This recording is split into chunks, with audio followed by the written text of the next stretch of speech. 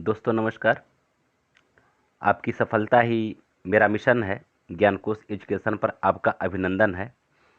दोस्तों, इस समय फिर एक प्रैक्टिस सेट आपके सामने उपस्थित है जो बहुत ही शानदार है, जो विभिन्न विषयों पर आधारित है। जिससे कि इसमें बोली भी है, भाषा है, विभाषा है, लिपि है, कुछ प्रश्न आपके आदिकाल से, कुछ भक्ति काल से, कुछ पत्र पत्रिकाओं से भी है। मतलब कई चीज़ का संकलन इसमें है। ठीक है।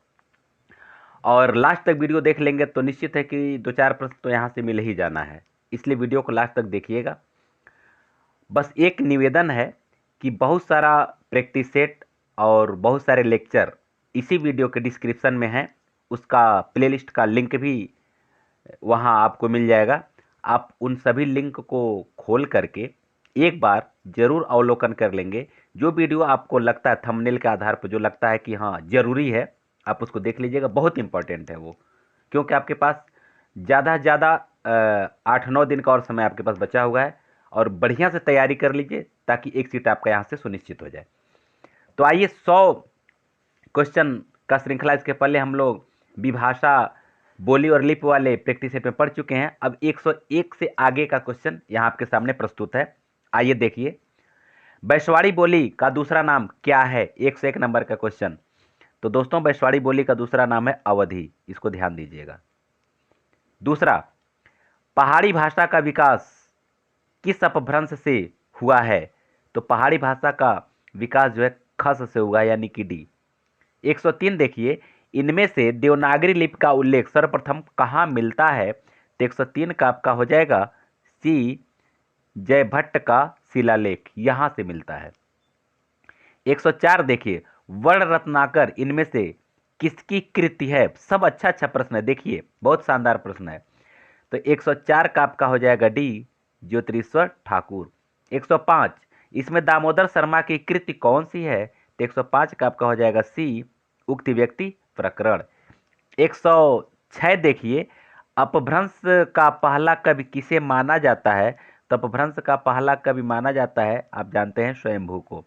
107 देखिए, इनमें से गलत जोड़े को अलग कीजिए। गलत जोड़ा क्या है, इसको अलग करना है। तो 107 का आपका हो जाएगा सी, वर्ण रत्नाकर, ये गलत है। 108 देखिए, अपभ्रंश का भाषा अपभ्रंश भाषा का प्राचीनतम प्रयोग किस साहित्य में हुआ है? तो 108 का आपका हो जाएगा बी, जैन साहित्य में हुआ है। 109, अपभ्रंश के नागर, उपनागर एवं ब्राचड़ किसने भेद किए हैं? तो 109 का आपका हो जाएगा डी, मार्कंडेय ने किया है। अपभ्रंश के नागर, उपनागर एवं ब्राचड़ का भेद। ठीक है ना। 110 नंबर का क्वेश्चन देखिए, इनमें से कौन सी रचना अपभ्रंश का व्याकरण है? तो 110 का आपका हो जाएगा सी, शब्दानुशासन। ठीक है ना। दोस्तों, वीडियो कैसा लग रहा है आप हमें कमेंट करके अवश्य बताएंगे। और क्वेश्चन का श्रृंखला आप देख रहे हैं, बहुत ही शानदार है। हम मात्र 10 प्रश्न में देख चुके कितना अच्छा अच्छा प्रश्न है। इसलिए अगर आप यहाँ से पूरा का पूरा प्रैक्टिस सेट प्राप्त करना चाहते हैं, फ्री में पूरा का पूरा लेक्चर प्राप्त करना चाहते हैं, और जूनियर एडेड का कंप्लीट कोर्स प्राप्त करना चाहते हैं, तो प्लीज़ इस चैनल को सब्सक्राइब कर लीजिए। लाइक और शेयर सभी लोग कीजिए, क्योंकि जितना ही लाइक और शेयर आप करेंगे उतना ही दूनी उत्साह के साथ मैं काम करूंगा। यह हम लोगों को बूस्टर डोज देता है, लाइक और शेयर। ठीक है ना। तो आइए देखिए, अगला क्वेश्चन हम लोग देखते हैं। 111 नंबर का क्वेश्चन क्या है? अमीर खुसरो का जन्म स्थान इसमें से किस जिले में है? तो 111 का आपका हो जाएगा ए, एटा जिले में। 112 देखिए, फर्रुखाबाद में बोली जाने वाली बोली इनमें से क्या है? तो फर्रुखाबाद में जो बोली बोली जाती है दोस्तों, वह है कन्नौजी। 113 देखिए, चैतन्य महाप्रभु के संबंध में इनमें से किस संप्रदाय से था? चैतन्य महाप्रभु का संबंध इनमें से किस संप्रदाय से था, यह है प्रश्न। तो 113 का आपका हो जाएगा सी, गौड़ीय संप्रदाय। 114 देखिए, लहंदा भाषा का विकास किस अपभ्रंश से हुआ है? आपको यह बताना है। तो 114 का आपका हो जाएगा ए, पैसाची से। 115 देखिए, कौन सा कथन असत्य है? आपको यह बताना है। तो 115 का आपका हो जाएगा बी, बंगला भाषा अर्धमागधी अपभ्रंश से विकसित हुई है। ये गलत है। बाकी मराठी भाषा का विकास महाराष्ट्रीय अपभ्रंश से, पहाड़ी भाषा का विकास खस से, सिंधी भाषा का ब्राचड़ से, ठीक है ना, तो ये सब सही है। 116 देखिए, इनमें से वियोगात्मक भाषा कौन सी है? तो 116 का आपका हो जाएगा डी, अपभ्रंश। और अगर उत्तर में हिंदी भी दे रखा है तो आप हिंदी भी कर सकते हैं। अपभ्रंश का जब मान ली हिंदी आ जाए तो हिंदी आप इसको कर सकते हैं। अपभ्रंश जब साहित्यिक भाषा थी उस समय बोलचाल की भाषा कौन सी भाषा थी? तो 117 का आपका हो जाएगा सी, देश भाषा। 118 देखिए, इनमें से कौन सी कृति राम भक्ति शाखा से संबंधित नहीं है? तो 118 का आपका हो जाएगा सी, चित्रावली। 119 देखिए, भल्ला हुआ जो मारिया बहिर तुम्हारा कंतु, ये अक्सर पूछा जाता है, ठीक है ना। यह पंक्ति किस कवि की है? तो दोस्तों 119 का आपका हो जाएगा डी, मुंज की।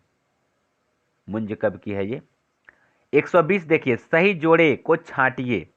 जो सही जोड़ा है आपको छांटना है। तो 120 का आपका हो जाएगा बी, स्वयंभू का है, पौमचर्य, बाकी एक भी सही जोड़ा नहीं है। 121, सत्यवती कथा के रचनाकार इनमें से कौन से हैं? तो 121 का आपका हो जाएगा बी, ईश्वर दास। 122 देखिए, 1540 ईस्वी में अवधी भाषा के किस महाकाव्य की रचना हुई? 1540, ठीक है ना। तो ये है 122 का बी, पद्मावत का हुआ था। किसका हुआ था? पद्मावत का रचना 1540 में हुआ था। इसको याद कर लीजिएगा। 123 देखिए, 123 क्या कह रहा है? इन पुस्तकों के नाम और रचना काल का क्या करना है? मिलान करना है। तो ये देखिए, मिलान कर लिया जाए। पद्मावत जो है यह अभी अभी पढ़े हैं, 1500 क्या है? 40। दूसरा देखिए, मधुमालती, मधुमालती का जो प्रकाशन वर्ष है यह है आपका 1545, यानी कि डी। मृगावती का प्रकाशन वर्ष है 1503, अक्सर पूछा जाता है ये। और चंदायन का प्रकाशन वर्ष है यह 1379।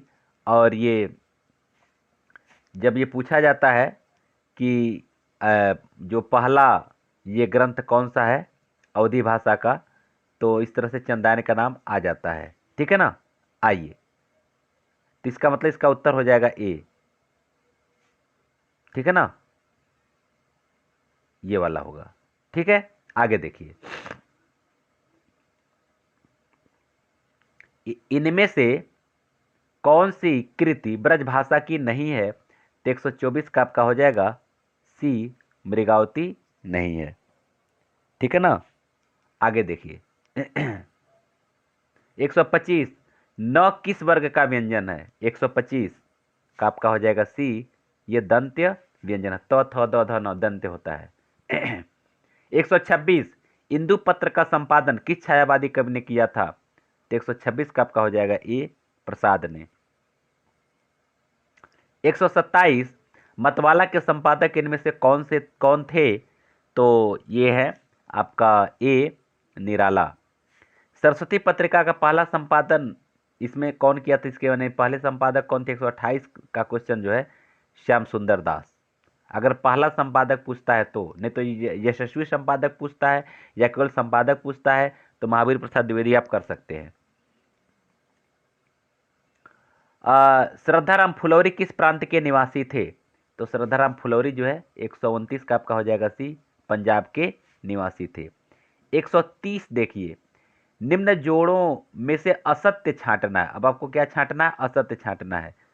तो मुंशी सदा सुखलाल का जो है कि प्रेम सागर ये नहीं है, बाकी सदल मिश्र का नाचकेतो पाख्यान है, कवि गंग का चंद छनबर महिमा है, राम प्रसाद निरंजनी का भाषा योग वशिष्ठ है।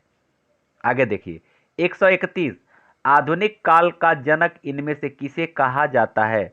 तो 131 का आपका हो जाएगा बी, भारतेंदु हरिश्चंद्र। 132 देखिए, उत्तर प्रदेश सरकार ने 1947 में जो लिपि सुधार समिति गठित की, उसके अध्यक्ष इनमें से कौन थे? तो 132 का आपका हो जाएगा सी, आचार्य नरेंद्र देव।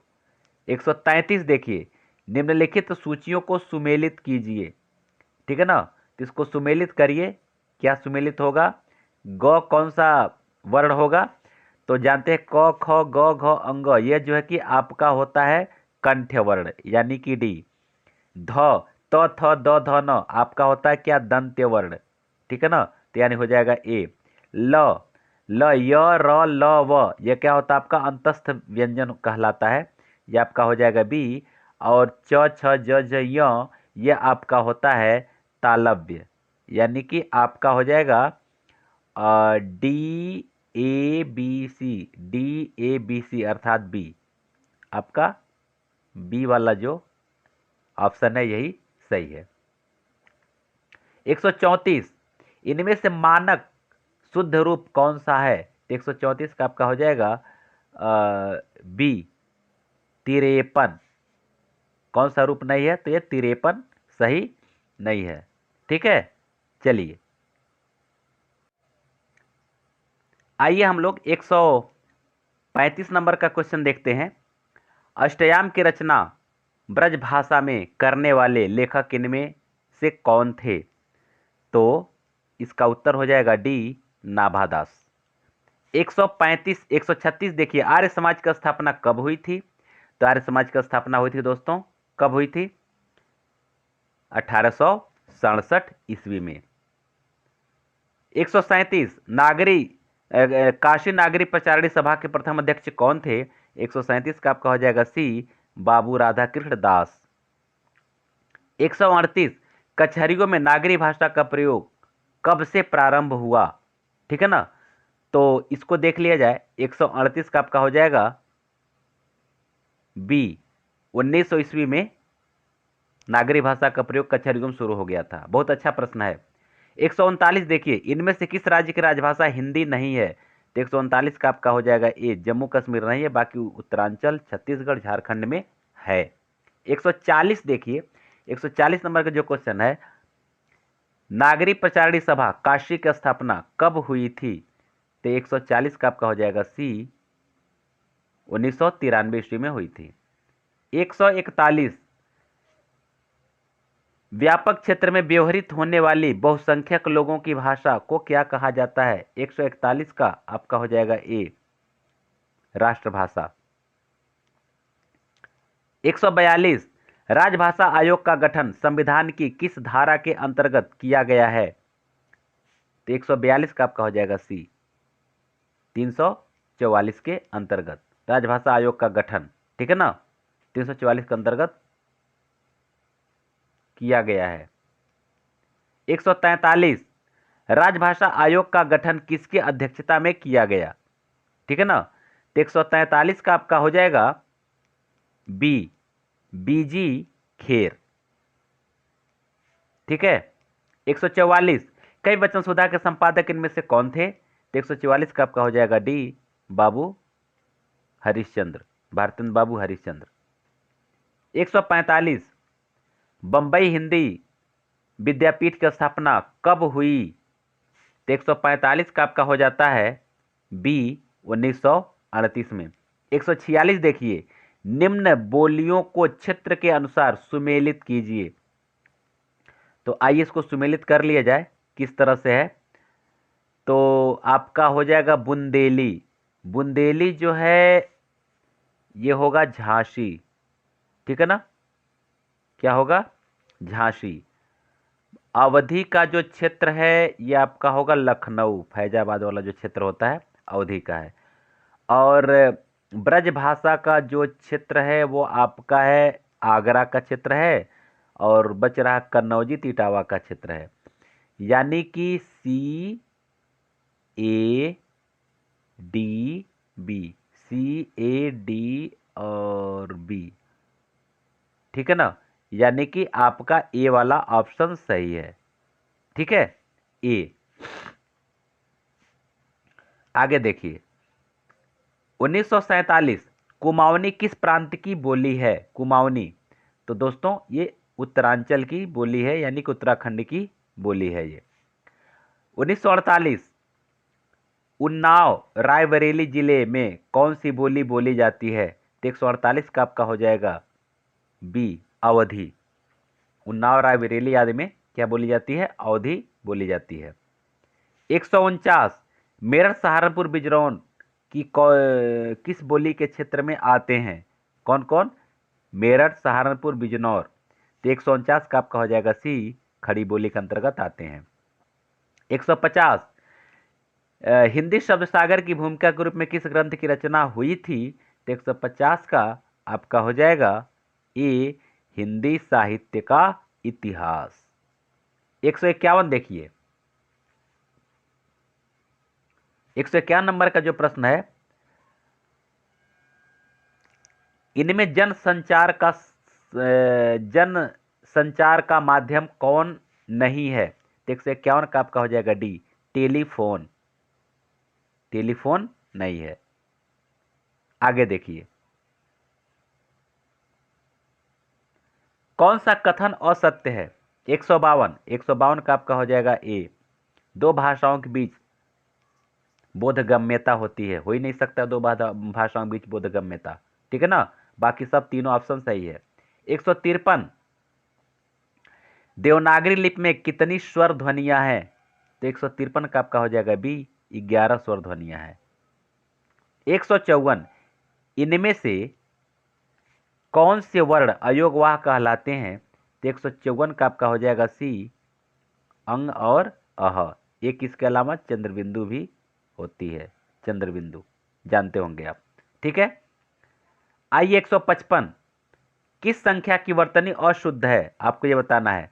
तो 155 का आपका हो जाएगा ए, 18। ये गलत था, 18 होना चाहिए। 156 शुद्ध वर्तनी वाला शब्द छांटिए। तो ये हो जाएगा बी, गए। यही शुद्ध है। हुए पढ़ाई लीजिए, सॉरी अशुद्ध, अशुद्ध छांटना है। हाँ, ये सब शुद्ध है। हुए शुद्ध है, पढ़ाई शुद्ध है, लीजिए शुद्ध है। ये गए जो है यह अशुद्ध है, क्योंकि यह पर एक का मात्रा ऐसे दे करके होगा ये, ठीक है। चलिए 157 84 वर्षों की वार्ता पुस्तक के लेखक कौन है? तो 157 का आपका हो जाएगा डी, गोकुलनाथ। 158 कौन सा गुण राष्ट्र भाषा के लिए अनिवार्य नहीं है? तो 158 का आपका हो जाएगा बी, सरकारी कामकाज की भाषा। 159 राजभाषा के प्रति सरकार के कर्तव्यों के एवं दायित्वों का उल्लेख किस अनुच्छेद में है? तो 159 का आपका हो जाएगा डी, 351। इसमें क्या है? राजभाषा पर सरकार का क्या कर्तव्य और क्या उत्तरदायित्व है। 160 देखिए, राजा लक्ष्मण सिंह आगरा से कौन सी पत्रिका निकालते थे? तो 160 का आपका हो जाएगा सी, प्रजा हितैषी। 161 परिनिष्ठित भाषा का दूसरा नाम है, क्या है? तो दूसरा नाम है मानक भाषा। 162 संविधान सभा ने हिंदी को राजभाषा बनाने का प्रस्ताव कब पास किया? तो 162 का आपका हो जाएगा सी, 14 सितंबर 1949। 163 देखिए, 163 का जो प्रश्न है वो क्या कह रहा है? भाग्यवती उपन्यास के लेखक इनमें से कौन है? तो 163 का आपका हो जाएगा सी, श्रद्धाराम फुल्लौरी। 164 किसका संबंध कलकत्ता के फोर्ट विलियम कॉलेज से नहीं था? ये पूछ रहा है, ठीक है ना। तो 164 का आपका हो जाएगा डी, लेकिन ये क्वेश्चन दोस्तों थोड़ा सा सस्पेंस में लग रहा है। आंसर तो डी दे रखा है, लक्ष्मण सिंह तो नहीं थे, लेकिन चूंकि इंशाअल्लाह खां का भी कोई विशेष संबंध नहीं था। ये दो लोग थे, लल्लू लाल और सदल मिश्र तो थे, लेकिन इंशाअल्लाह खां का जिक्र तो नहीं आता है। अगर आप कहीं पाए हों तो बताइएगा, क्या इंशाअल्लाह खां भी थे क्या फोर्ट विलियम कॉलेज में? जहाँ तक मुझे ज्ञात है कि नहीं थे, ठीक है ना।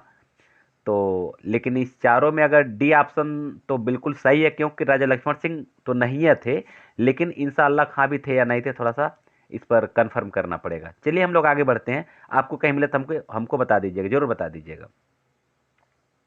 165 नंबर का क्वेश्चन जो है क्या कह रहा है, इनमें से कौन सी कृति मुल्ला दाऊद की है? तो 165 का आपका हो जाएगा ए चंदायन। 166 भाषा योग वासिष्ठ नामक कृति के रचयिता कौन थे? तो 166 का आपका हो जाएगा बी राम प्रसाद निरंजनी।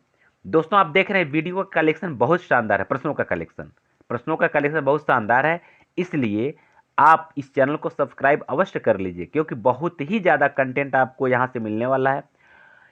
हमारे प्लेलिस्ट को देख लीजिएगा, पूरा खंगाल लीजिएगा, बहुत सारे वीडियोज वहाँ पड़ा हुआ है।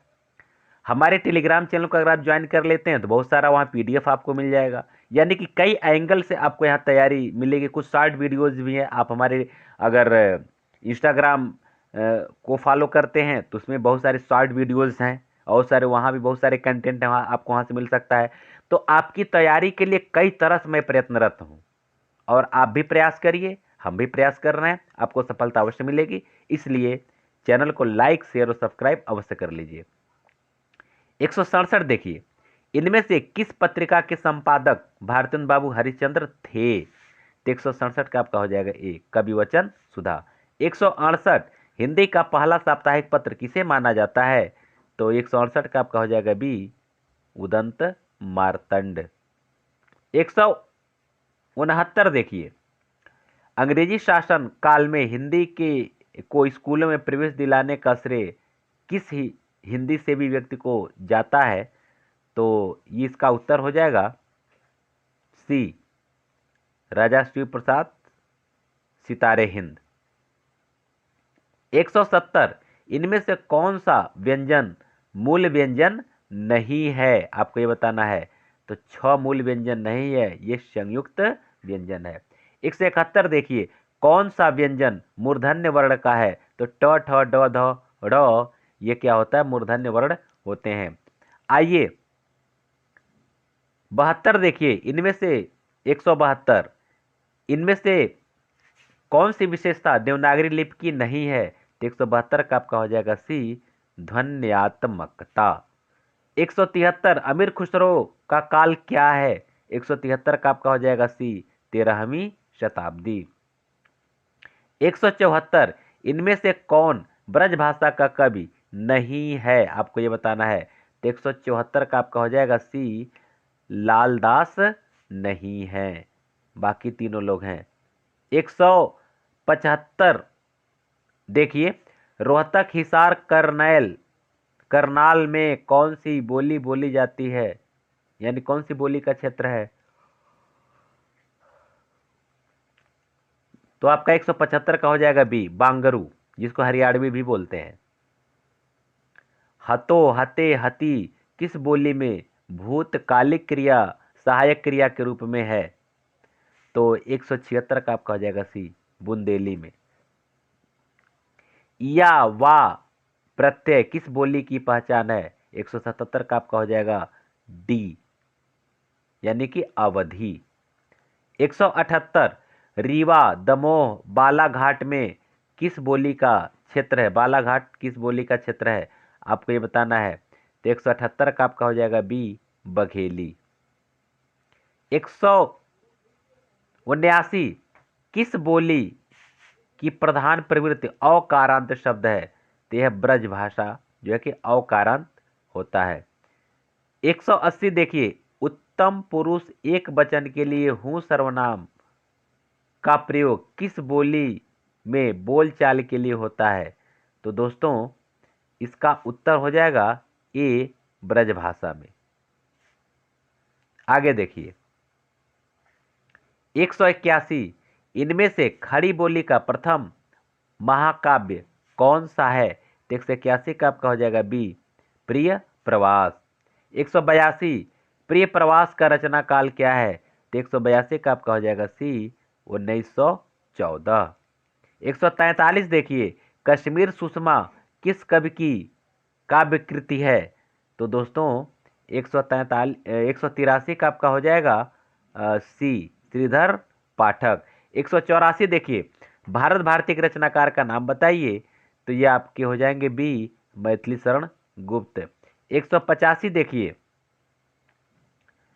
लाक्षणिक पदावली का प्रयोग खड़ी बोली में